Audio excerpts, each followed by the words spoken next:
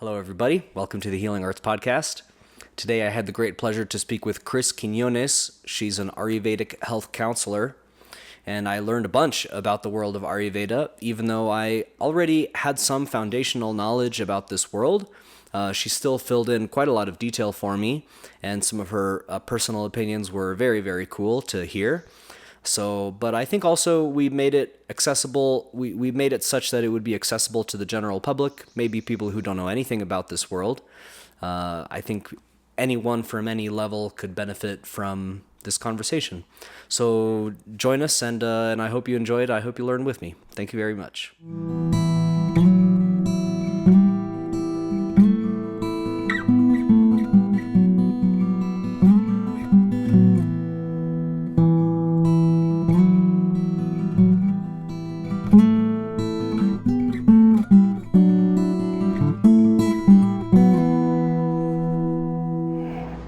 So much for coming over and agreeing to talk with me. My pleasure. Yes, Kris. So tell me about how you got into Ayurveda. We're talking about Ayurveda today. For everybody, you're obviously reading the description, but we're talking about Ayurveda. So how did you get into this field? Like many holistic wellness professionals, it was part of my own personal healing journey over the course of now decades. I've always been a competitive athlete.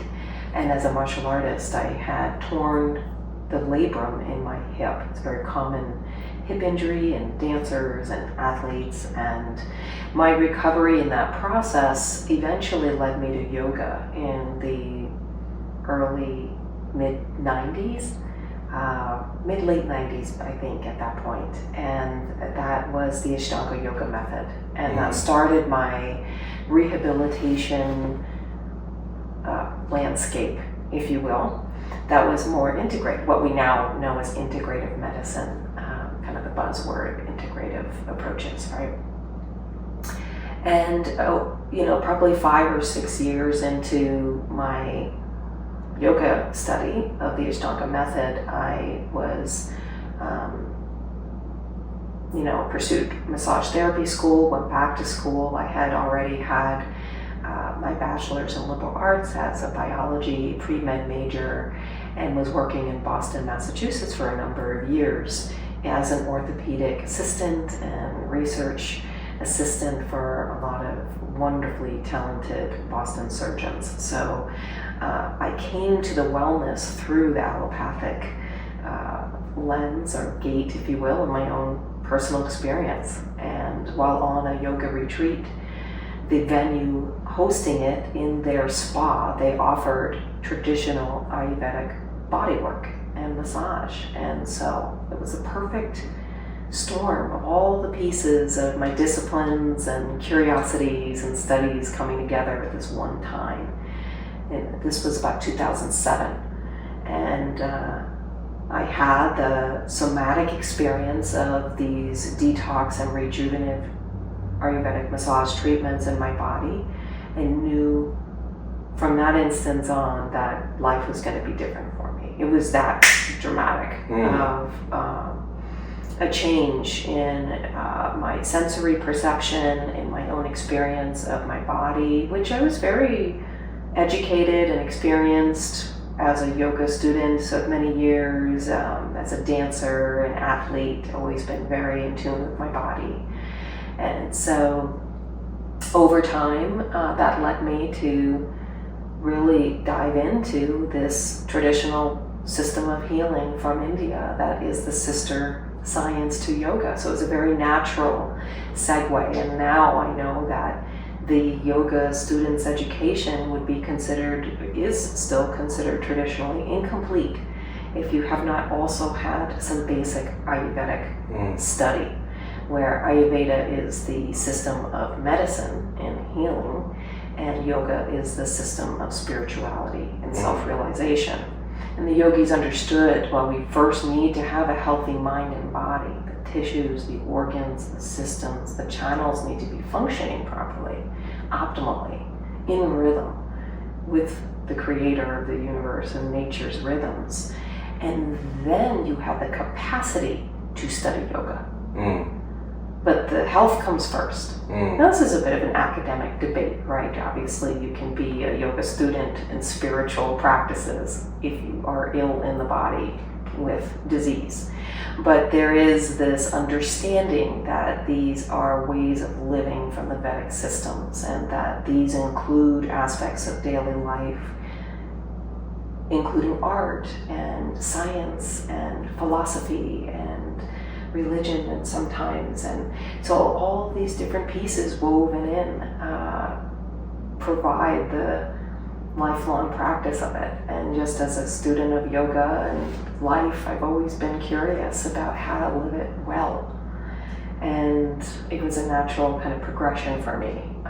Also wanting to very practically eliminate my years of chronic sciatic pain that had started post-surgery. So the pain I had before my surgery for the labrum tear was the typical acute inflammation of torn tissue flapping in a joint space and irritating it. In my own healing journey, I learned I have congenital hip dysplasia, and then the conversation shifted from this quick, simple orthoscopic debridement to how are we going to long-term get the most mileage out of these hips, because I was in my early 20s when I injured my labrum as a martial artist, and was being told by the top Boston orthopedic surgeons I'd probably need bilateral hip replacements by age 30. Ooh. Yeah, so needless to say, that was incentive to get more curious about what I needed to do. And the surgery was successful, and I'm very thankful to the doctor who performed that. Shout out to Dr. Tom Minus in Boston from the Brigham and Women's Hospital, who did a great job at respecting my wishes to be part of the decision-making process, and how I was going to determine the pace and rate at which these interventions would be a part of my mastery of life. And I really appreciate that, which is not always typical, especially maybe 2 decades ago, 2+ decades ago. So that was my start. And from there, understanding the anti-inflammatory habits of the yogis as I know them now, the dinacharya, the daily rituals, the seasonal rhythms, ritucharya, that are part of the landscape of longevity and living a vital life. So it's like once you're in it, there's no way to why would you want to see life any differently after that? I really feel that way. And it's such a wonderfully encompassing system that can very much accommodate and meet you where you're at. There's no shame in it. This is about cause and effect and relationship and rhythms. And I really love that you can practice Ayurveda and be Catholic or Christian. You can practice Ayurveda and still see your chiropractor and still see your acupuncturist, and things aren't going to get in the way or be interrupted. Or, but one thing that I would really like your listeners to remember is that we are all part of the same team as wellness professionals, and Ayurveda is considered the mother medical system, being over 5,000 years old, up there with traditional Chinese medicine and Tibetan medicine, right? And so there's this comprehensive lens to it that I find just makes sense to me. And from there, I've made it my niche as a muscular massage therapist, and then added on trainings as my curiosity had me globetrotting to India and across the states to find the best teachers and start to integrate some of this traditional wisdom into our soft tissue knowledge as massage therapists specifically. I'm finding a gap there in massage therapy education, including Ayurvedic bodywork and massage as part of the core foundation and understanding of touch healing and therapies. I hope to change that with some of my efforts and contributions, and bring some of these practices to people's daily lives and really empower them to self-heal. That's what it is. It's a self-healing system. So wade in, the water's warm. Beautiful. Yeah, beautiful. Very nice. I totally agree with you that it's, for me also, Ayurveda makes so much sense. I don't know if I've ever come across a system of like lifestyle sort of habits that makes as much sense as Ayurveda does. And I've just studied a little bit. I just read maybe 2 or 3 books or something like this, but already just with that, I was like, wow, it's so elegant and so comprehensive, like you said. Yeah. So, What books did you read? one by David Frawley. Oh, he's deep. You need a life preserver. You're jumping in there for a beginner. But incredible. Master. Incredible. I really love how he writes and how he explains, and then one by Lad. Vasant Lad, is that right? Dr. Vasant Lad. Yeah. Also magnificent. I also visited his school in Albuquerque.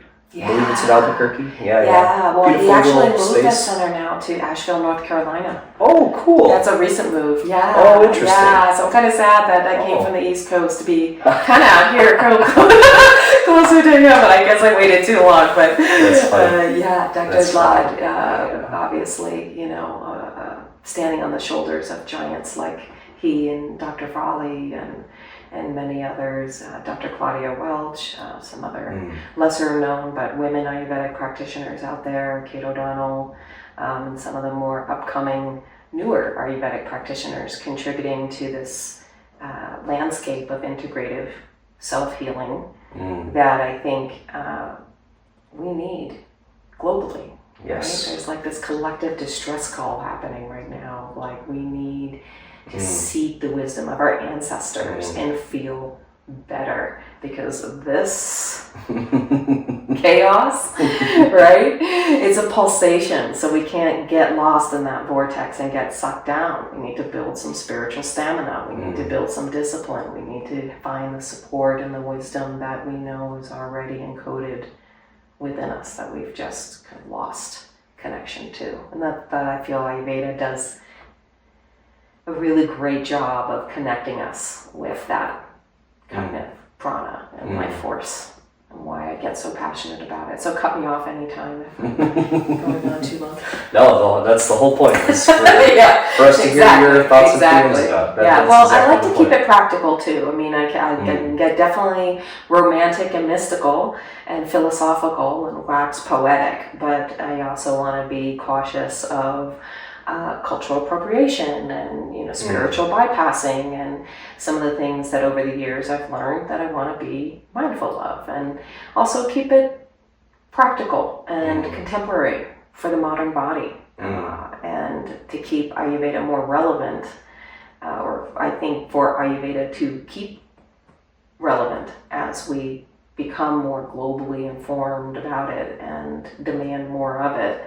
I think it would serve everyone well to, find that middle ground of the language where people don't confuse it, that we are very clear that this is a medical system and a way of living. And again, not to be confused with a religion, not to be confused with, this ideology around God. And that it's really about finding the God in you. And keeping it accessible and funny and practical. And, we're Americans having this podcast out of America, and if we're being candid about the healing landscape here in this country, it includes a lot of corruption and a lot of massive chemical dumping and disenfranchised populations. So we need to, be candid and with all means and tools possible, the Vedic classics say, to use the knowledge of how to live well. And that goes beyond herbs and supplements and body work, but into skilled aligned action as well. So I'm very passionate about my beliefs and bringing Ayurveda and keeping it relevant and honoring the tradition as we should. Yeah, nice. Yeah, the roots of Ayurveda, like you've been kind of alluding to, go very, very, very deep, and I don't know what is the right kind of way to interweave that into this, especially if we're trying to make it more practical and make it more like accessible to, let's say, Americans, for example.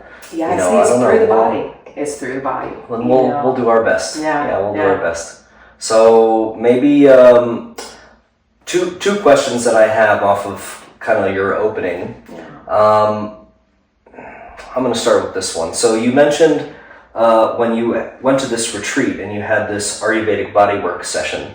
I'm curious if you could explain what makes the distinction between Ayurvedic style bodywork versus like a more traditional Western or Swedish or something like this type of massage so session. Glad you asked me that because it's the common question.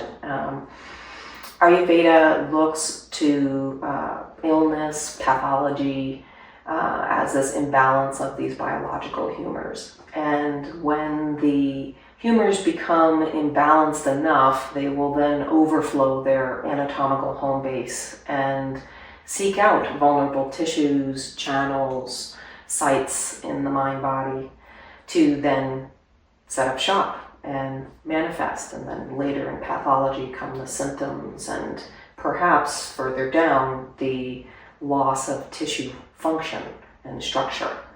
And so with Ayurveda, it has a system of 8 different limbs or branches of medicine. They include internal medicine and toxicology and Rasayana, which is my specialty as a body worker, the longevity branch. And so in the body work, the Ayurvedic massage is not as concerned with muscular tension and much more focused on creating a lymphatic detox with gentle strokes, herbal oils, and bringing the balance of these biological humors known as doshas back to the GI tract where they'll be later properly eliminated. And these treatments, these bodywork treatments, some are massage, some are not massage. They're localized joint treatments like a basti, as it's called, where we surround the treatment site with some organic dough and fill that reservoir with medicated herbal oil. So it's very concentrated, energetic herbal dosage to an energetic spot and anatomical spot on the body. We do that. I do that often for the low back, lumbar pain, also with the heart for bereavement and grieving, as well as on the knee or hip joints. And it's a wonderful way to give a massive dose of this regenerative property, both the oil, which has its own detoxifying properties, and also is, lipophilic. So it'll penetrate those tissues and deliver the botanical substance that formula was created with, and create this wonderful, gentle but powerful detox and rejuvenation. So it's both rejuvenating and detoxifying. Which might sound contraindicative, right? And we often think sometimes as detox as being these, very harsh and, processes, I think, or we get confused, I think, the general public. It's not this way. Self-healing, it's more about subtraction and getting out of your own way so the body's self-healing mechanisms can be unlocked. And so Ayurvedic massage, the traditional massage, Abhyanga, is a very messy, oily, but rhythmic and loving lymphatic massage. And so this helps with the balancing of the doshas, it helps with detoxifying, and it helps cue the regenerative response of tissue to rebuild. And so that's where we find the lubrication of the tissues, the longevity of the joint spaces and articulation and movement. And then, of course, having the open channels allows for that proper flow of life force energy, quality of life. Beautiful. Beautiful. That makes a lot of sense. That's cool. Yeah, I think I knew some of that, but a lot of details you just filled in for me with that, so that's very cool. It's a nuanced mixture because traditionally, classically, these massages are done quite vigorously in India. If you go to a Panchakarma clinic and you receive an Abhyanga treatment, It's going to be a little bit more slapdash and be jostled and handled a little bit more than I think most Americans are prepared for.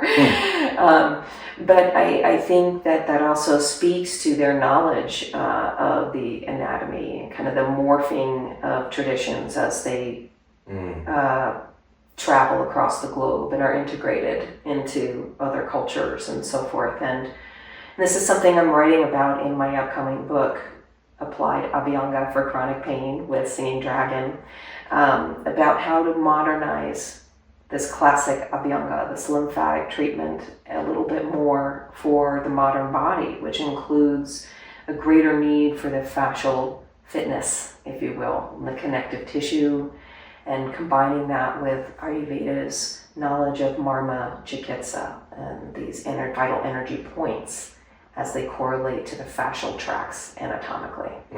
And I think that is where my contribution of late is and has been, and would like to keep educating other professional body workers about, so that we can leverage that knowledge of soft tissue palpation experts to service Ayurveda on the larger scale. Awesome.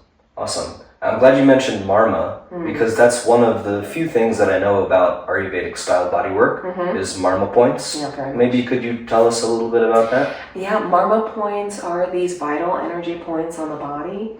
You have 108 or maybe 107, depending on who you're talking to. But these are also anatomical sites where we have muscle meeting bone, meeting connective tissue, meeting vasculature or nerves. And so they are used both diagnostically and therapeutically. And so by pressing on these vital energy points with various degrees of pressure, rhythms, tempos, directions, and their corresponding tenderness or sensations that it may emit, can be used diagnostically and therapeutically as well. And so with Abhyanga, the classic traditional Ayurvedic massage, these rhythmic strokes that are performed on the body, and traditionally by two therapists, by the way, it's classically a four-handed massage where you have a therapist on each side of the body. You won't see that as much here in America. It's just too cost prohibitive for most people to pay for two therapists at a time. Sure.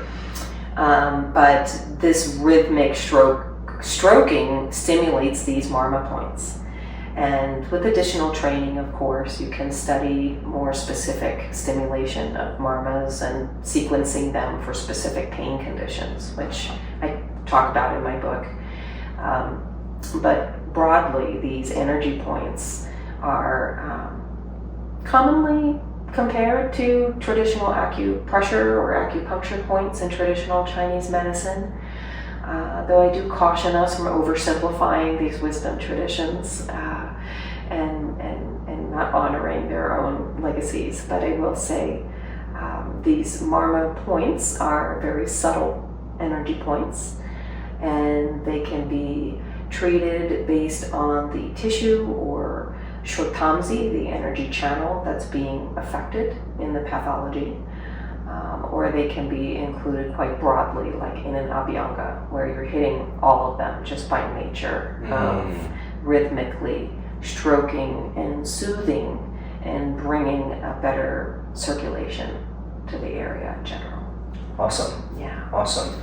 For some reason, I don't know why, I had this in my mind that a Marma therapy session would be still contacts over the certain points. It is. But it is. It is. Okay. Abhyanga is a massage, so you're still having contact over those points. Yes. But it's a broad contact and more of a systemic overall balancing of the Marma points. Got it. Marma Chikitsa is a very specific that you are targeting only specific Marma points. Got it. And that is its own mastery and discipline. So, you know, I'm very cautious of saying that I practice Marma Chikitsa. That's a mastery of 12,000 hours in its own right. So I will say that I have a mastery of the anatomy and an understanding of function of these Marma points. And so integrating them as I know soft tissue and myofascial release, as I know neuromuscular and deep tissue work, to work in concert with, again, modernizing Abhyanga with not only the delivery of herbs, but biomechanically opening the structures that need to be opened in order for that prana to flow. And here in America, we've got a lot of things against us in regard to the quality of our tissues and the sourcing of our nourishment with our food and agriculture systems. I won't go too far into that today, but it's part of the landscape if we're going to talk about self-healing, and self-healing includes the relationships between humans and our environment around us. Yes, I think that's well said. Okay, I would love to know about what the educational process is like in Ayurveda. So maybe could you tell us what you went through? Sure. And then maybe contrast that with what is available worldwide. Yeah, thank you for asking, because it's evolving as we speak. Ayurveda in India is a medical system, and so the Vaidyas, as they're known, are medical doctors with 5+ years of clinical medical training on par with what an American medical student would have. And those Vaidyas are not able to practice in the United States and be identified as MDs. So there's some limitations with who's an Ayurvedic physician. And that requires some vetting and research on, the consumer side, if you will, the client side. But we do have organizations here now, like the National Ayurvedic Medical Association, that is helping to create regulations and standards of care for who does what. And so we have these, right now, tiers of professionally identified, regulated titles, or titles isn't the right word, but like certification. Roles or certifications, if you will. Certifications is the word. Other than Vaidyas, we have Ayurvedic practitioner, Ayurvedic health counselor are the kind of three main tiers. I think there may be a fourth one that Nama recently identified, and I just can't think of it at the moment. The differences are largely the number of plants and herbs that are included in your education and the number of hours. As an Ayurvedic health counselor, which I am certified as, I acquired 750 hours or so with an Ayurveda school in Kripalu in Western Massachusetts. And so I went to the Kripalu School of Ayurveda, and that was a program that I did over the course of 2 years, I think. As I was doing my full-time massage therapy practice in Cambridge in Somerville, Massachusetts, I was driving back and forth to Western Massachusetts every 6 weeks or so and doing an immersive 9 days of study and then coming back. So I did that for about 2 years to finish my AHC program. And that scope of practice includes counseling people on those daily and seasonal practices, the dietary practices, the seasonal cleanses using khichdi, the Ayurvedic systems approach to diet and lifestyle. And now we know a lot of these practices as biohacks and circadian rhythm and all the buzzwords of integrative medicine. But again, we're all on the same team, and the ancients knew.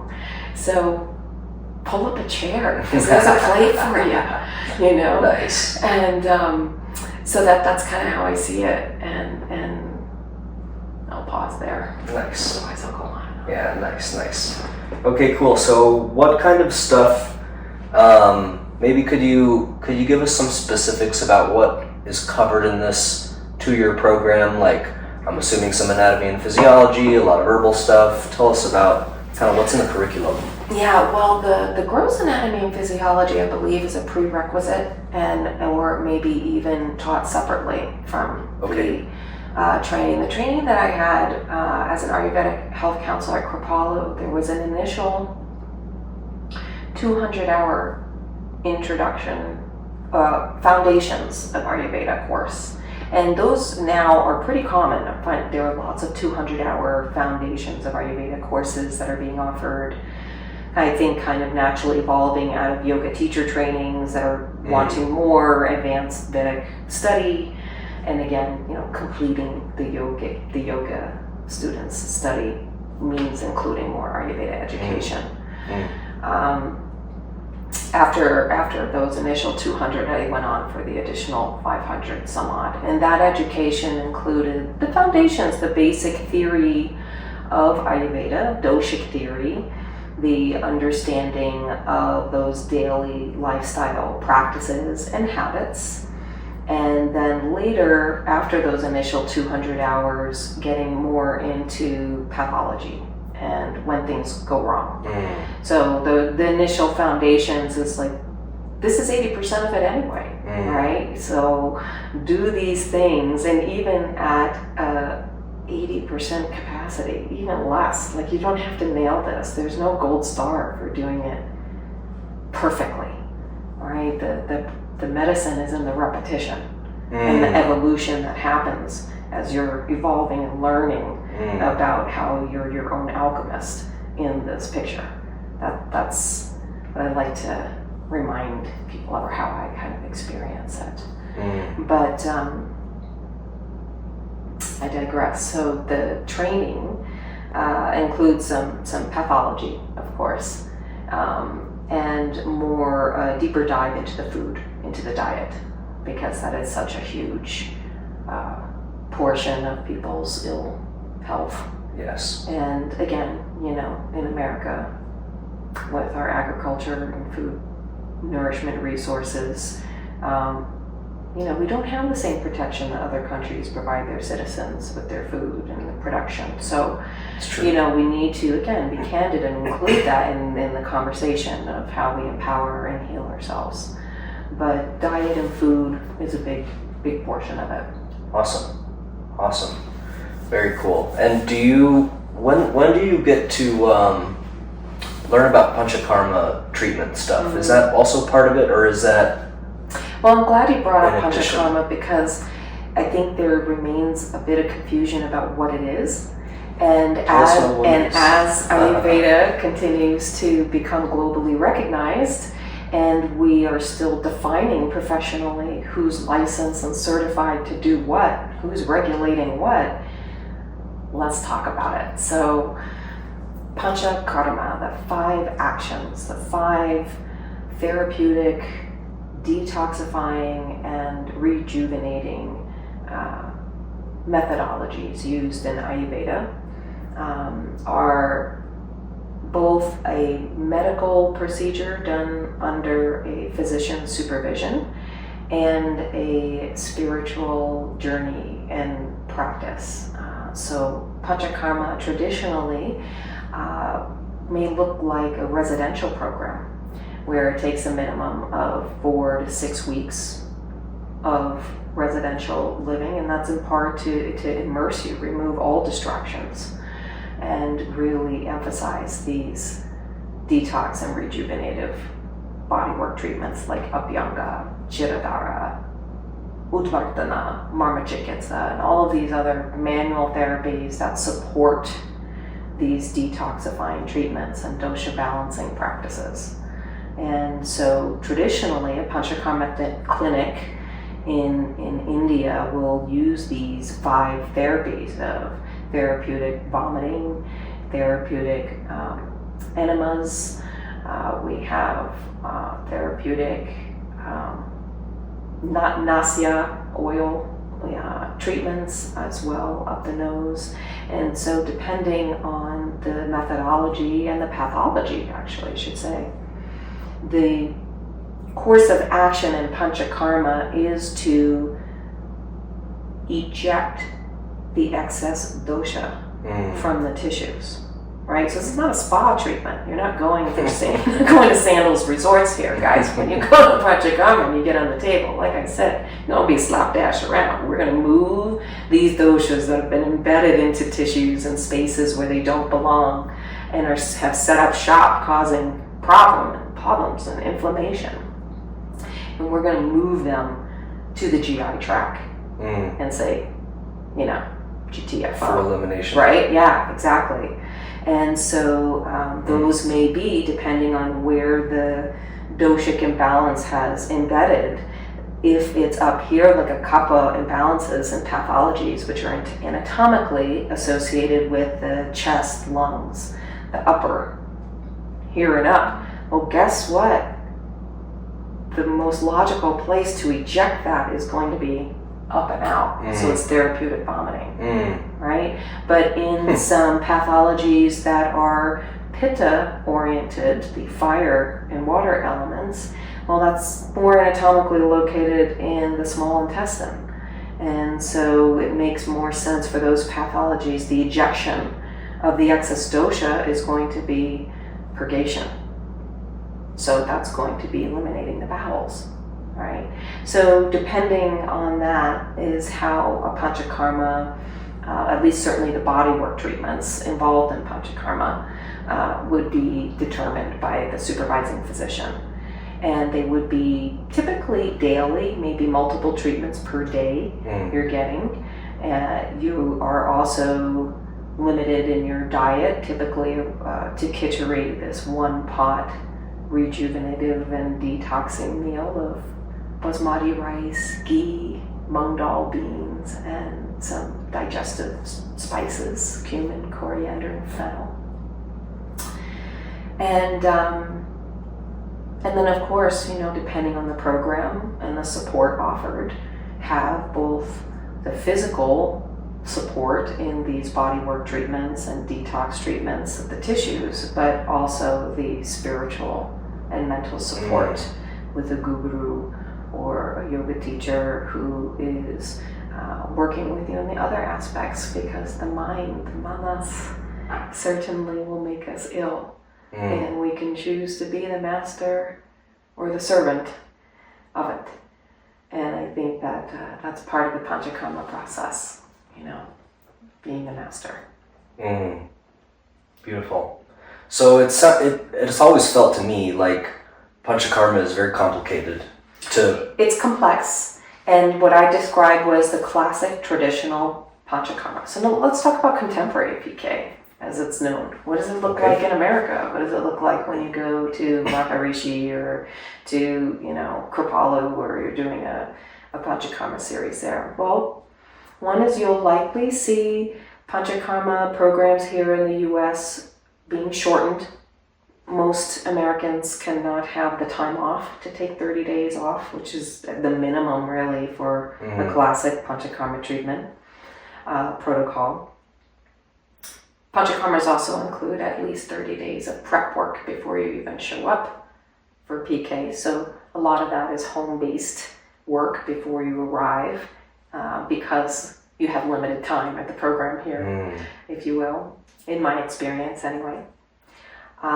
And continue from there based on what your individual goals are. Panchakarma is used for some very serious pathologies and illnesses that would be well beyond my scope as an Ayurvedic health counselor to be speaking to directly as a practitioner. But certainly as a licensed massage therapist and body worker, I can talk to the detox and rejuvenation treatments, the rasayanas, the ones that build the tissues back. And that's my specialty. And where I think what most people envision when they hear the word panchakarma, or maybe I'm just biased as a massage therapist and body worker, but a lot of people, when they hear panchakarma, I think they immediately envision the massage and the body work and the hanging pot over the head that they see on spa brochures, the Shirodhara, as that image is showing. So I think there's still a lot of education to be done around what it is. I think here, as we practice it in the US, we're still determining the best way to offer it. And we have more and more practitioners that are certified and trained in multiple disciplines. So that goes back to the integrative, we're all on the same team, and that these lessons and this knowledge from the yogis downloaded this direct knowledge downloaded in deep meditation, understood that Ayurveda is all encompassing. And so there's room for all. Nice. Cool. So am I understanding correctly that maybe you could be a part of a PK team? Correct. But maybe the director of it would be a different person. Right. Certainly right? A supervising practitioner in Panchakarma needs to be a medical doctor. Got it. These are processes that are, again, used often for people in deep pathology and illnesses that are seriously ill with terminal diseases, cancer, pathology that's been long since rooted and established over the course of not just years, but maybe decades, right? And Panchakarma can be for the healthy yoga student who's just ready to dive in deep, right? And so that is why you need a medical doctor supervising. And certainly, given our litigious nature here in the U.S., you want to use care with knowing what you're being told, and also, again, being part of that collaborative spirit, being part of the decision making, and not just turning over your power to another person to heal you. You know, whether it's a doctor or an Ayurvedic practitioner or it's a collaborative effort, is my point. So I feel like here in the US, PK is more of an assembly of practitioners in their niches that can meet the common goal of Ayurveda, which is to regulate the nervous system and get these mind-body humors, the doshas, back where they belong. Home base. Perfect. Yeah, perfect. Back home, really. Yes, into balance, right? Right. I got a really fun story that I'd like to share, both for you and for our audience members. I had a dear friend, still have a dear friend, but she was dealing with some pyelonephritis, which is a very serious kidney disease, extremely serious kidney disease that in my education as a chiropractor, I was taught that if you see these signs of pyelonephritis, they need to go to the hospital yesterday, like now, immediately, and it's extremely life-threatening and extremely serious. And and she was like, she's a very rebellious type of person, and wanting to kind of like do her own way. And she had just finished Ayurvedic school up in California, in Nevada City, California, with Mark Halpern's school,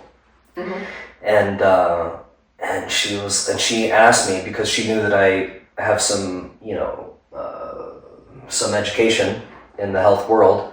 So she said, I have this, what do you think I should do? And I said, my education says you need to go to the hospital right now, And she goes, all right, that's cool. And she did not.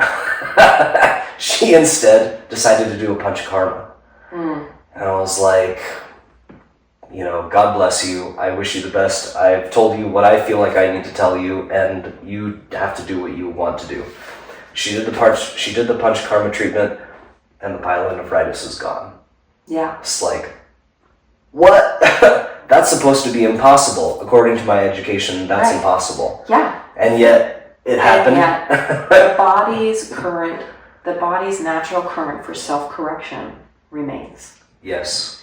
And that is testimony to these ancient practices, right? Yes. I mean, modern scientific data and research right now will also tell you that eliminating gallstones is impossible without surgery, right? But Ayurveda would say, no, that's a protocol that you can do, and we can eliminate without surgery. Interesting. Right? I'm not familiar with so that. doing a liver and gallbladder cleanse, which is a much more more for experienced cleansers, not beginners, But again, protocol, ancient wisdom, there are other ways.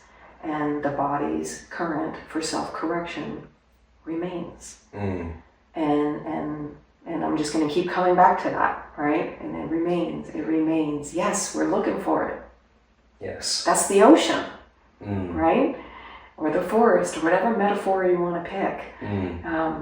That's life, the cosmic web of it all. So Yes. you know. Yeah, beautiful. The body is self-healing, and it can do it. Yeah. If only we would let Yeah. it. And I've heard Panchakarma success stories, including the healing of terminal cancer, pancreatic cancer. Which is supposed to be impossible. Right? Right, exactly. I know loved ones in my family and circle that have passed from pancreatic cancer, and it's just, again, these are grand results from a grand system in a way of living. There are no silver bullets, there are no quick fixes. I don't want any listeners thinking, I can just go to India and have a month-long PK and everything's going to be fine. Well, maybe it will. It will be healing. It will be helpful. It may not be pleasant. Right. It may not be the right time for you. And so, because this Panchakarma process is quite lengthy and demanding, and we're talking about getting to deeply rooted, embedded layers of pathology, they require a lot of energy from the body and the mind and the spirit to endure. I'm going to say, lowercase e, right? These are not punishments, but they are medical treatments. It's not a spa. And so, having that means knowing when the right time is. We don't do Panchakarma on children. We don't typically do Panchakarma on the elderly or the frail and infirm, right? There has to be a certain level of stamina baseline before Panchakarma can begin. And that's a lot of the prep work that you do in the month or so before arriving to a PK clinic or program, maybe in the US. Yes. At least one that's responsibly run should be giving you some guidance and preparation. You don't just show up with your Starbucks latte in one hand and your vape in your pocket and think that Panchakarma is going to correct that in 30 days. That's so funny. Starbucks. I hate that I have to say it, but that's so funny. We are in the modern world, and we're finding whatever coping mechanisms, right? And it's not to demonize plant medicine either. I'm just saying that we all have preparation to do if we want the results that we expect. Yes. So do you know where one could find these PK retreat clinics? I know, like I mentioned, Mark Halpern School in Nevada City, it's Ayurveda Institute? Oh, I forget. Anyway, you could look it up. I know that his school has a clinic. What other places in the States do you know that we could find? I don't know of many, truthfully. I know that the Maharishi School did have in was it Idaho where they were? Or Idaho, I think it was. I'm not sure.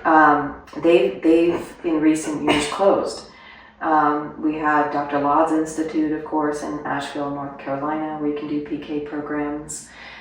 There are, on occasion, PK programs offered at Kripalu Yoga Center in Western Massachusetts. Not year-round, though. Not year-round. It depends on the availability of a Vaidya and MD to supervise. Okay. Right. I would also say that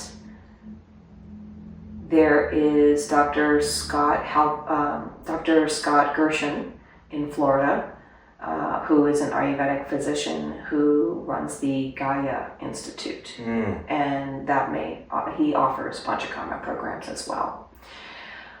That being said, I also want to remind listeners that PK, I don't recommend being the first place to start your Ayurveda studies and inquiry. That's a good thing to say.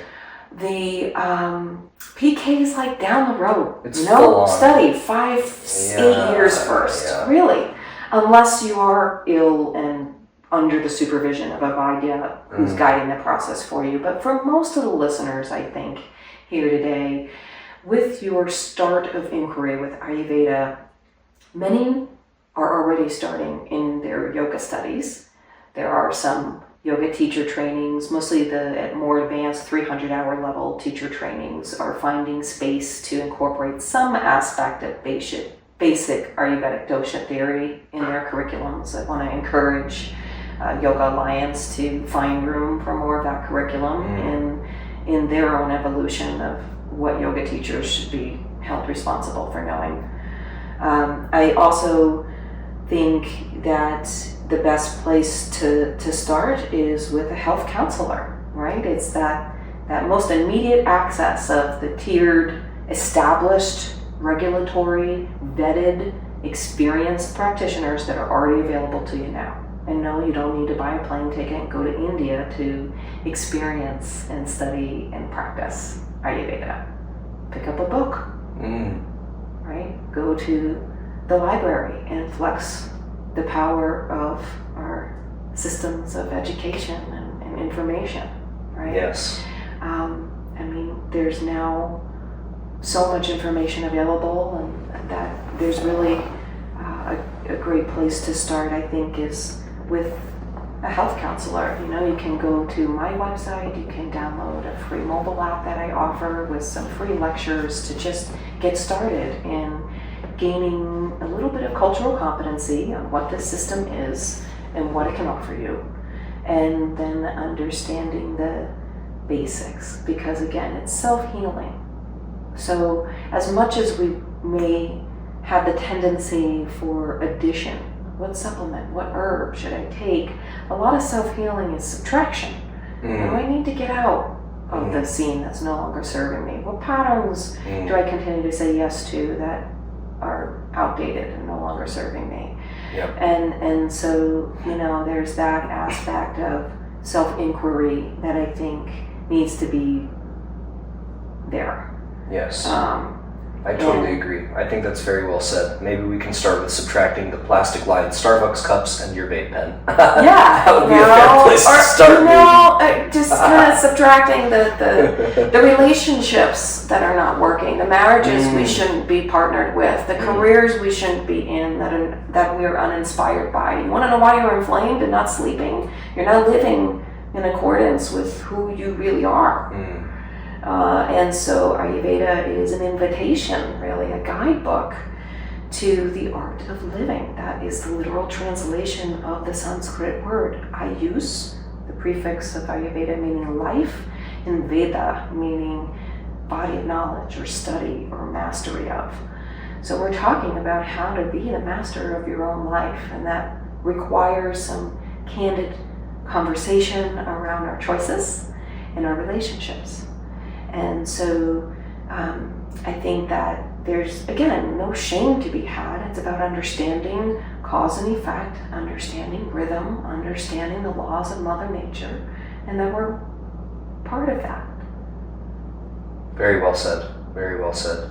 So maybe with that being laid out, maybe let's talk about some of these basics. And my understanding is that the ABCs is the doshas. Is that a fair place to begin for ABCs? It's a common place. Okay. It also has its limitations. Okay. And so I think that when Ayurveda first kind of came onto the scene, and my conscious collective was in the 90s, as I was deepening my Ashtanga yoga studies. I was an athlete trying to figure out my hip issue and how I was going to avoid the surgery. And so that's how I landed in massage and niched out into Ayurveda. But I think I lost track of your question in my passion. It's totally cool. So starting with the basics. The basics, the doshas. I started with the doshas, but they're common. It's like a great ABC place to start, because they are the humors that we need to understand and recognize when they are out of balance, what they look like when they're in balance. And I have a free talk on my mobile app speaking to this, that you can just go in on my YouTube channel and just go right there and listen to them. I won't recap it here, but I will. Okay. I won't redo the lesson. I'll recap it, I should say. Maybe like a summary. Yeah, the doshas, these three mind-body principles of Vata, Pitta, and Kapha, are mostly known as the basis for an Ayurveda education.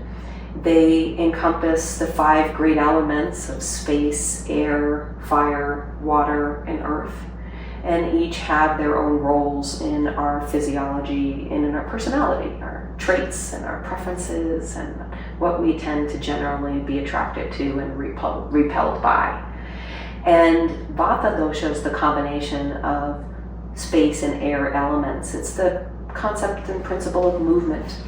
And so it moves the substances and fluids and our waste products in our bodies. It moves life force energy, breath, our thoughts and consciousness. And so the Vata principle is known for that. And when that dosha is balanced, it means that we have creativity and flexibility with our ideas and our plans. We can change course of direction without it being much ado, because that's what wind and air does. It changes directions, right? It moves things along. A healthy Vata is really jovial spirit. There's like a sattvic light quality to it. Sattva is the yogic term for kind of a honest and truthfulness, if you will. And so Vata dosha looks like healthy, regular elimination of the bowels. It looks like really well lubricated body in the joints, you're moving with ease. And Pitta, and when it gets out of balance, I'll say, usually typically in excess, when we have too much movement in our lifestyles, when we have too much sensory input, again, because the nervous system is tied to Vata dosha, and so all of the sensory information we're taking in, if you are taking in too much of it, not allowing enough of the stillness in that stimulation, then we see that as distractedness, anxiety, brain fog, sleep interruptions are a big one. And we know that anxiety and sleep deprivation are epidemics right now. Globally, real big problem that we're not regulating, right? It will look like constipation in the bowels. There's a dry quality to having a lot of air element. You think of air and wind, or a really windy day and the chapped skin that air element creates. Well, it creates that in our inner tissues as well, and so that can be reflected with constipation, dry, cracking skin, dandruff, thinning hair, a lot of these catabolic symptoms of the body, muscle atrophy. These are all symptoms of excess Vata, excess wind and air, just kind of eroding the physical tissues, if you will, drying them out, which naturally happens as we age. Sure. Pitta is the fire and water elements, the principle of transformation. This governs our digestive capacity, our metabolism, body temperature regulation, our ability to concentrate as well. There's the fire of the mind, right? There's an ignition, a cognition of turning on the mind and being able to have pointed focus and direction, which is what fire element provides us, light, illumination. We're clear on where we're going in our direction. Even heat rises from a fire, so it's directional, it ascends, right? So you're moving forward with a balanced digestion in the belly and a balanced digestion of the mind with Pitta. And this fire is imperative. Holistic systems across the disciplines, I believe, understand this, that the gut health and microbiome health and ability to have balanced Agni, fire element in the body, is at the core of our immune health and our capacity to self-heal, because fire transforms, it alchemizes that nourishment into strong, healthy tissues and vitality. It alchemizes into neurons in the brain that are in communication with each other in proper flow, in proper direction, and conductivity, right? There's a certain electricity that we can master in our understanding of ourselves and the world around us, and that's all like Pitta. It's like fire, connection. Yes, right? metabolism, changing over one thing into another digesting thing. life itself, digesting our Digesting. experiences, digesting not just our gross dinner plate and food that we put on our plate, which is important too, but digesting our life choices, digesting our relationships, digesting the cause and effect, relationships, rhythms, right? So in a healthy Pitta dosha, looks like there's a luminous quality to the skin, right? There's like olive skin tone, a little bit of a glow, like a J-Lo glow, if you will. It's kind of like a Pitta, forgive the comparison, but it's just culturally trying to keep people relevant and connected. There's this luminosity to the skin. There's a luminosity to the mind, right? And ideas, a lightness in the eyes, kind of like a little twinkle, a little tejas, in the eyes. That's a bit that fire element. Healthy digestion and elimination, I mentioned. Usually pretty medium build in muscle and body type. These tend to be a little bit more the athletic body types naturally. There's just a lot of energy, a lot of capacity for transformation.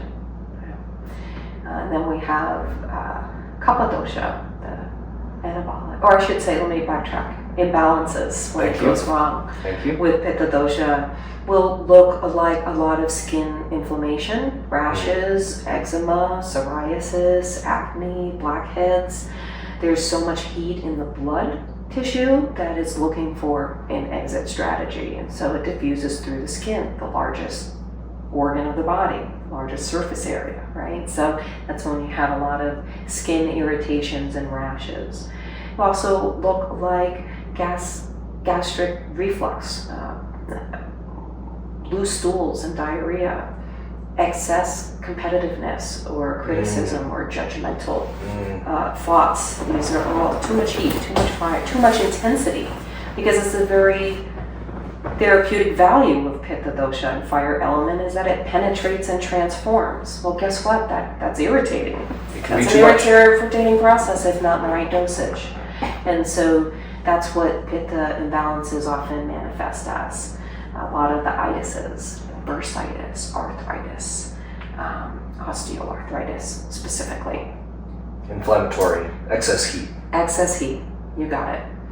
And then graying, premature graying or loss of hair is also Pitta excess, right? Too much hot-headed. You're literally burning the follicles. Lots of gray hair, right? Started graying in my 20s. I'm a Pitta dominant person, as you probably already can tell. So those are some common imbalances that you can see. So if you're noticing, God, I'm having a lot of reflux, or kind of on the toilet more, and I'm having some diarrhea, some loose stools, well, okay, well then Ayurveda would say, let's look at the qualities that exacerbate Pitta dosha and let's subtract them from your habits and lifestyle, or just lessen them. We're not even saying eliminate them. Because the minute you say you're going to take something away entirely, the mind and the ego will eventually rebel. So it's always a little bit of Goldilocks theory in Ayurveda, right? Just not too much, not too little, right the middle, we say. And so with some practice, you learn that. A health counselor can guide you through those practices. And within even 24 hours, with these simple understanding of doshic theory and the qualities to balance with your daily choices, you can have that self-correction in as little as 12, 24, 36 hours, right? Naturally, with often free solutions. Just want to let that marinate in listeners for a minute, right? So that's Pitta. Kapha dosha finally is a principle of cohesion. This is the elements of earth and water. So when we mix earth and water element, we get mud. Mud is sticky. It clings, right? We make mud houses because it has a cohesive property that provides stability, right? Structure. Correct. And that is manifested in the body anatomically as our muscles, bones, joints, the physical tissues that make us up.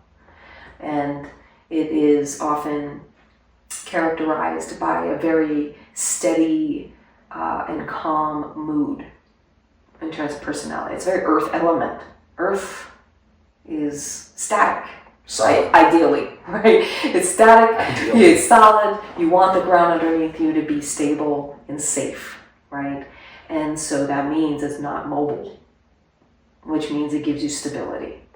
Awesome. We want that in our bones. We want the lubrication, which is the water element in Kapha dosha, in our joints, in our cerebral spinal fluid, in the protective myelin sheath that's around the neurons. And when we talk about neurodegenerative diseases and the rise of autoimmune conditions and these neurodegenerative diseases that are becoming more and more common, Parkinson's, Alzheimer's, dementia, right? We're talking about losing a subtype of Kapha dosha, which insulates and protects. Earth element protects, Kapha dosha protects, it gives life with the water element. And so a balanced Kapha dosha is going to be someone with a mood that's very stable, very calm, very loving. They're often known as the rocks and bedrocks in their communities, right? Many healers are naturally Kapha dominant constitutions because you need a certain stamina for this kind of work. Right, both physically and spiritually and energetically. There needs to be that kind of capacity. And so a Kapha balanced individual will have like a solid build in their body, maybe a little bigger bone body, very wavy, curly hair, long eyelashes, very like luminous, like there's a oily property to it. Like a richness. Yeah, there's kind of sharing with that luminosity of Pitta. There's an oily property that Pitta and Kapha share. And so that is what leads to longevity, right? Because you're lubricating the tissues. As we age, they dry out. And Rasayanas, the longevity branch in the Ayurvedic system of medicine, is about slowing down that drying out. And all the intensity of life and our competitiveness and overstimulation and our nourishment are all a part of why we're burning out as we are. And so Rasayanas and these bodywork treatments that I specialize in as a massage therapist and massage therapy trainer in these modalities slow that drying out process that naturally happens with time, that naturally happens with intensity. We want to slow it down to keep the juiciness of life as long as we can. Nice. And when a Kapha dosha becomes out of balance and there's too much earth and water elements, you'll see that in the body as edema. You'll see it in the body as excess weight gain. You'll see it as depression, lethargy, general malaise and dullness and lack of fire and movement, the other doshas, right? So these are kind of like your quick hits of the doshas, and they're a great ABCs for a beginner to learn. The caveat with them is that we don't always see ourselves clearly. And so the self-assessment, it can be I've seen it over time kind of relegated down to a personality kind of questionnaire. And I want to remind the listeners that the doshas are so much more than that, and integral to your physiology and your capacity for as an organism to function. It's not only what you like and don't like. Yes. Right? And that we have all three doshas. Everyone has all three doshas, and they will manifest differently. Even if two people are of the same dosha, the same prakriti, your natural constitution might both be a Pitta Kapha constitution, but they may manifest differently. In one person, their Pitta pathologies manifest in their physical body. In another person, the Pitta dominance manifests in their career performance. But they're both Pittas. So it's a very deep ocean of understanding. And often what we think is our constitution is really a long-established pathology. And that's the caveat with using doshas as the beginning point for an Ayurvedic study. Interesting. Right? I might think that I'm a Vata person because I'm skinny and thin-boned naturally. Maybe.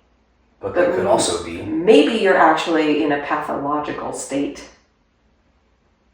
That's been so long. That's not actually who you are. That is your vikruti, as we say. That is the snapshot of the doshas in this particular moment of time, but it is not what was encoded into your DNA at the time of conception from your parents. That's prakruti. And so that's the caveat with doshas. And a lot of the conversation amongst Ayurvedic practitioners right now is, do we continue using doshas as the starting point for our education for the general layperson? Because the general layperson is becoming more and more devoid of their own perception.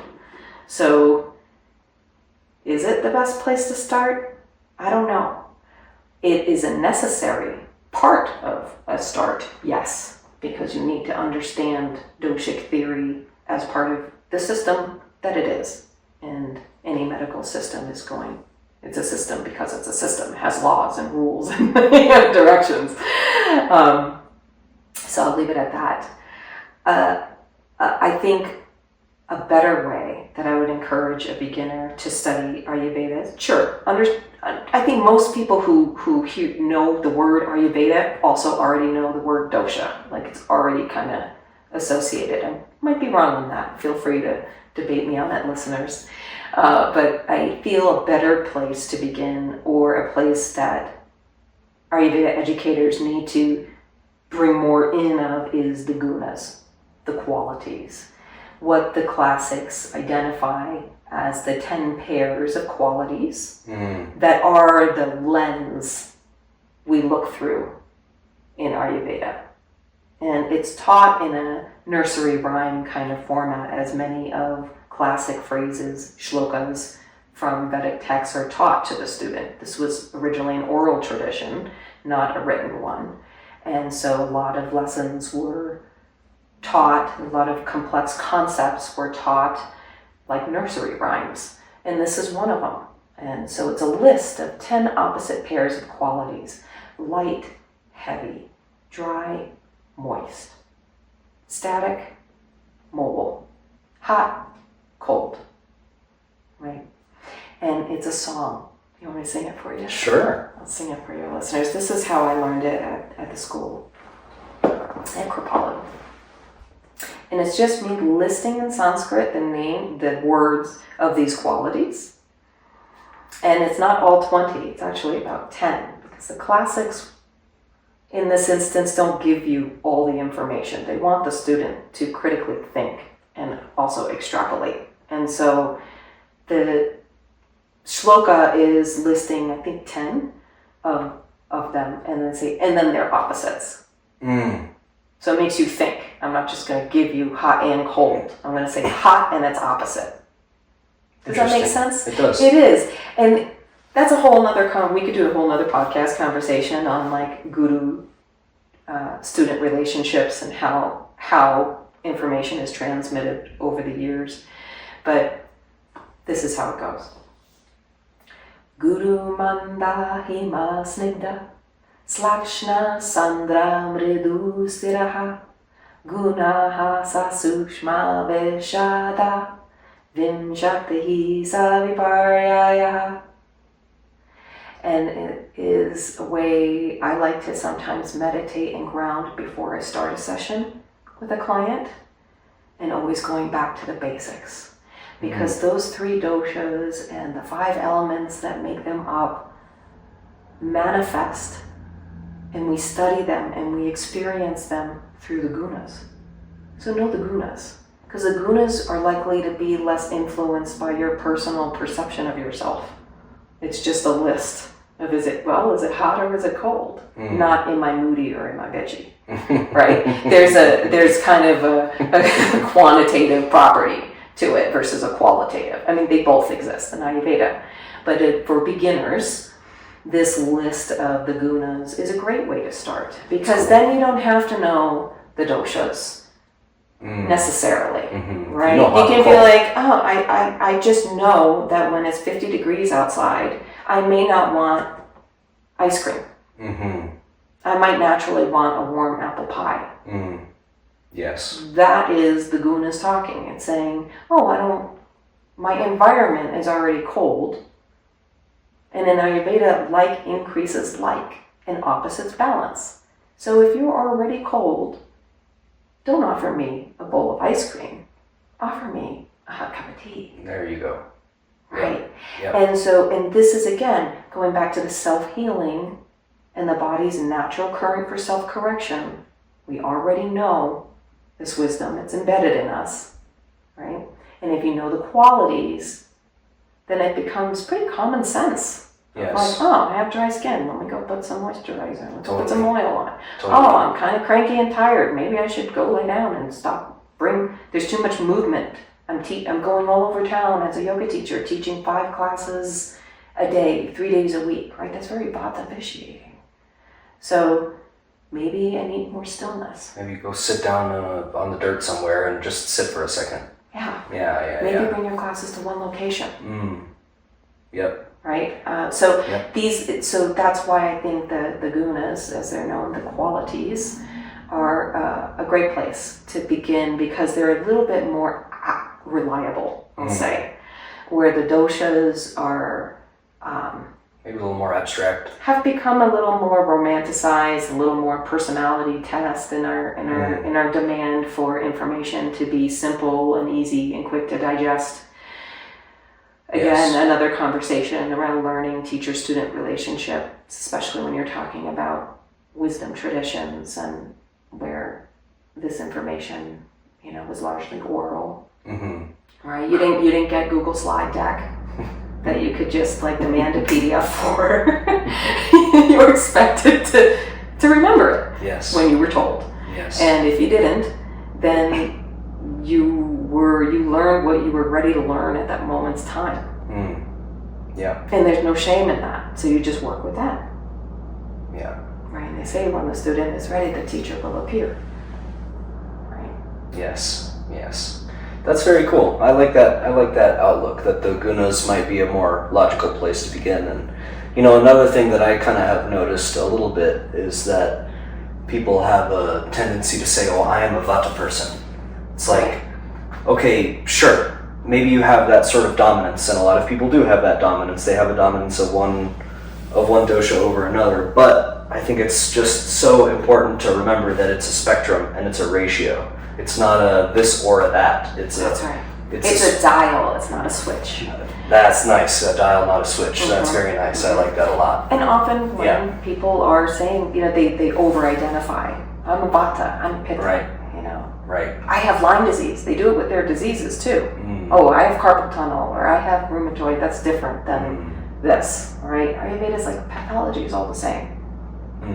So let's go back to the laws of nature. And that's just a great way to start with the qualities. And as I said, the caveat with doshas is we can over-identify with them, and what we're identifying with is our extended state of pathology, not who we really are. Yep. Yeah. Would it be fair to say that that the doshic principles are both metaphorical and literal at the same time? Can I say it like that? I would say they're metaphysical and gross. Nice. Cool. Cool. Yeah. Yeah, it seems that way to me. That it's it's both a subtle thing and a gross thing simultaneously. Yeah. It's a medical system, not a spiritual one. It includes spirituality, but it's a medical system. Yep. Right? We're looking at the tissues. Yep. Vata shows up as cracked, dry skin. Very That's physical. A reality. Yeah, right? Gross It's and a physical. measurement. Yep. Right? It also shows up as sabotage and fear. Anxiety. What does that look like? Yep. Well, who knows? Yep. Different for every person. It might look different for the same person at a different stage of life. Yes. And so the doshas have their role in certainly a foundational understanding and study of Ayurveda. I'm not saying eliminate them from your study.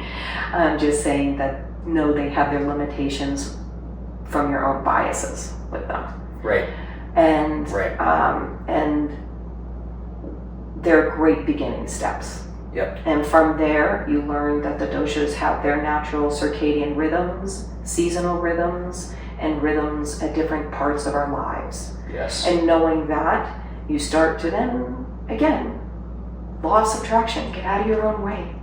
Dive in with the current that's already flowing. And life will get a lot easier. Yeah. Because you're already designed this way. Yep. And I'm not saying that it's easy, but it is simple, right? And often free. That's a good one. Don't need to go buy $200 worth of ashwagandha to practice Ayurveda, folks. You need to come in, your schedule, your time, and your attention first. Yes. Yes. And I'm sorry, I'll hold your hand when you say that, but I love you all. I've been doing this a long time. And lived it too, right? I'm right along with you, making the same mistakes and coming back to my own truth. I've just been doing it a bit longer, so I'm a little further down the path. And that's what a good teacher does, is going to keep you in the safe guardrails of your own experimentation. They're not going to drag you along. They're going to keep you safe and hopefully inspire you. But the rest of the work is up to you. Yes. And how do you sleep? How do you get any exercise at all? Do you go take a walk around the neighborhood? And it's tough. It's simple things. It's simple, but not easy. And that's where, the candor needs to be balanced with compassion in our work. And definitely being able to understand, again, we have in America a disenfranchised population, uneven distribution of wealth and resources. So not everyone can do a yoga teacher training or go to a PK program or, what have you. And so again, this is knowledge that we already have, and it's a great starting point with doshas and basic theory and understanding rhythm, and that's like 80% of it right there. Yeah. Right? Yeah. Because we are about getting rid of the root cause of the problem, not managing symptoms. And it takes time. And to practice these kinds of practices also require you stepping away from a lot of modern culture and narratives. Changes how you're going to socialize, changes meal times, changes your relationships. Yes. It's not easy, folks. I'm not saying it's easy. I understand that the modern context in which we're talking about the things that we're talking about, but I also speak to it passionately to empower you to remember it's still there. Don't let the noise drown it out, and let my voice be a little bit louder to pierce through that. Yeah. And remind you of your own capacity to heal yourself. Yeah, it's gonna take time. Yeah, it's gonna be hard. Yes, you are not alone. And yes, you can choose to not do any of it, too. It's your choice. Yeah. So, I encourage people to get curious, find your power again, and if you think you lost it, call me.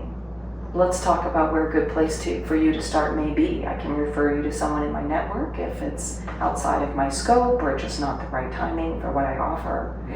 I do offer a lot of programs online as well as in person in my local location at Colorado City. And now am shifting more of my attention to the training of other body workers in the marma, in the sequencing of Abhyanga, in a way to incorporate more of this fascial fitness, if you will, so that Ayurveda can continue at the same rate of evolution as we're learning in all of these integrative approaches. Right on, right on. So how much of your treatment stuff can you do remotely, and how much of it has to be done in person? I'll say that a lot of the lifestyle consulting, dietary cleanses, recommendations, that's all moved virtually at this point. And that is largely hosted in my signature program, which is called the Alchemy Club. It's a monthly membership program where you download my Risayana mobile app and walk through 4 core competencies, roughly 17, 20 lessons from me that are not only from Ayurveda, but from my whole almost 3 decade now experience as a healer on longevity practices as a whole. And then I have the Fire Starter, which is my seasonal cleanse. That's a 21-day home Ayurveda cleanse protocol that people can do. So those programs are virtual, and you can be anywhere in the world and do them self-paced at your own time. The Alchemy Club includes some monthly Zoom calls with me in real time as a group as well. So there's community. Awesome. Because again, they're not easy to do, especially in isolation. So if you're going to have success with practicing these practices, find other people who are doing them too. And prioritize spending more time with them. And that naturally will already help the medicine be more potent, because you're not going against the grain. You're going with the flow. A little company goes a long way for motivation and enthusiasm, for sure. Yeah. And going back to relationship, keeping the wrong company will devolve you just as quickly. Yes. So, I remember a quote from one of my teachers, Larissa Hall Carlson, when I was studying at Kripalu, and she said that Swami Kripalu, who had founded the institute, had said that even more important than discipline is company. You can have all the discipline in the world, but if you're in the wrong company, that's a detriment. Yes. And so I think, again, going back to traditional wisdom, ancient practices understood relationship is integral to thriving. Yes. Yeah, it's a silly little fun example, but I feel like it's been very obvious in my life that when I go to a gym to exercise, I exercise much harder than if I try to do a home workout. Yeah, right. There's accountability, there's witnesses, right? And there's a vibe to it, like the vibe of the room with everybody pushing it, and you're like, you enter into that flow of like, yeah, let's push it, And by yourself, it takes a lot more to conjure that sort of stoke, So it's a silly example, but it's been so obvious in my life, and I feel like it's relevant to this. So I agree totally that the right company is mission critical. Yeah. Right. And at a time where people are reporting the biggest amounts of isolation and loneliness ever. Right. And so how are we relating to each other and the world around us? And I think that that's something yoga and Ayurveda do really well, is examine relationship. And finding new people. Yes. Is a big part of your success. Yes. And Ayurveda is a wonderful system that allows you to keep your own personal spiritual beliefs, that allows you to integrate other modalities into your healing, that allows you to experiment with the dosage. I don't know any other more accommodating system. And systems that don't work don't last. So Ayurveda, being over 5,000 years old, is testimony that something is working here. They figured something out. Yeah. For sure. Yeah. So, and what kind of things would you do in person? Like, let's say, okay, I want to come see Kris in person. Yeah. What kind of additional things are you able to do in that kind of context?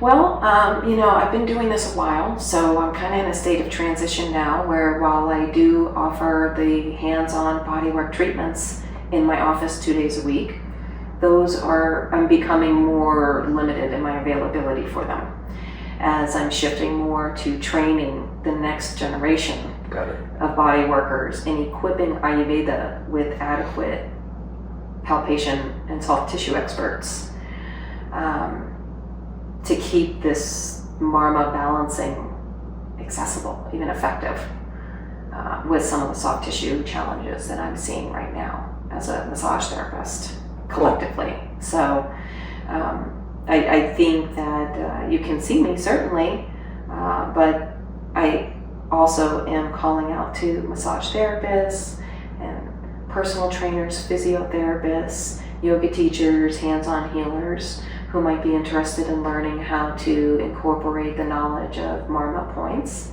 into their own disciplines, weaving Ayurveda into their own practices.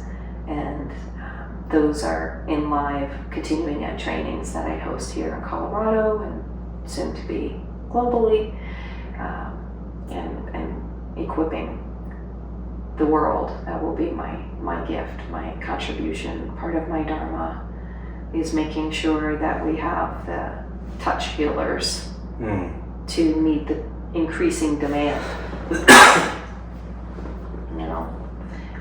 So continuing ed trainings to come in person here in Colorado Springs, and reach out. Beautiful. Yeah, or if you're a spa or group practice owner that wants to train your staff in Abhyanga or Shirodhara and some of these classic Ayurvedic treatments and start bringing them to your services, then reach out. I'm happy to arrange a training for your staff.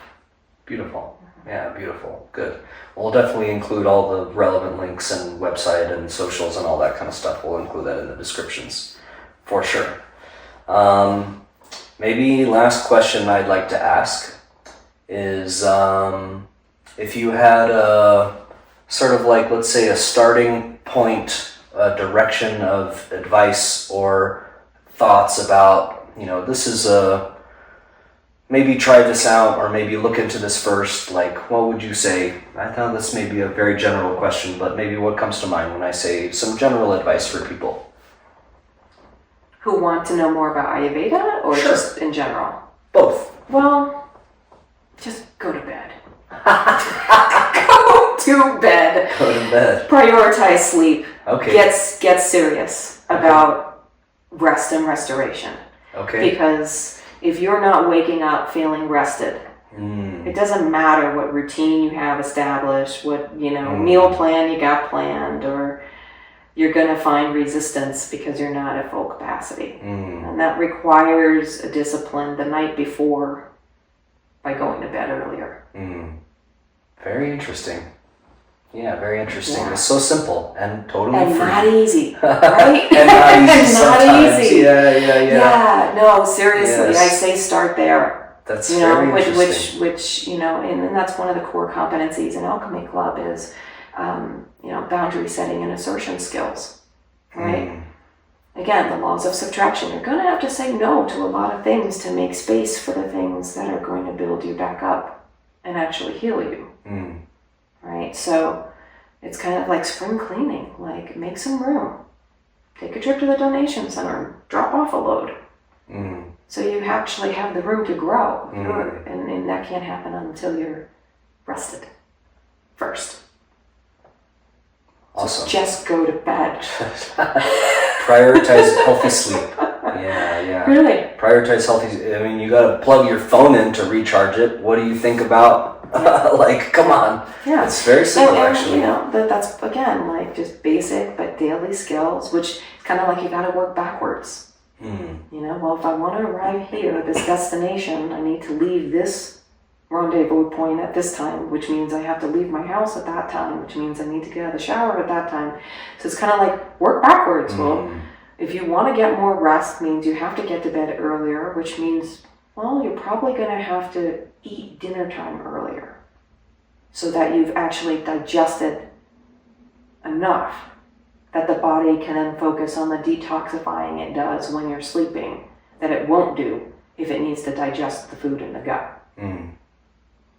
So, again, work backwards. Go to bed earlier, but first figure out when you're going to eat dinner earlier, which means you might need to figure out, I got to figure out something else so I can get home from work earlier, or right. So it's about a skillful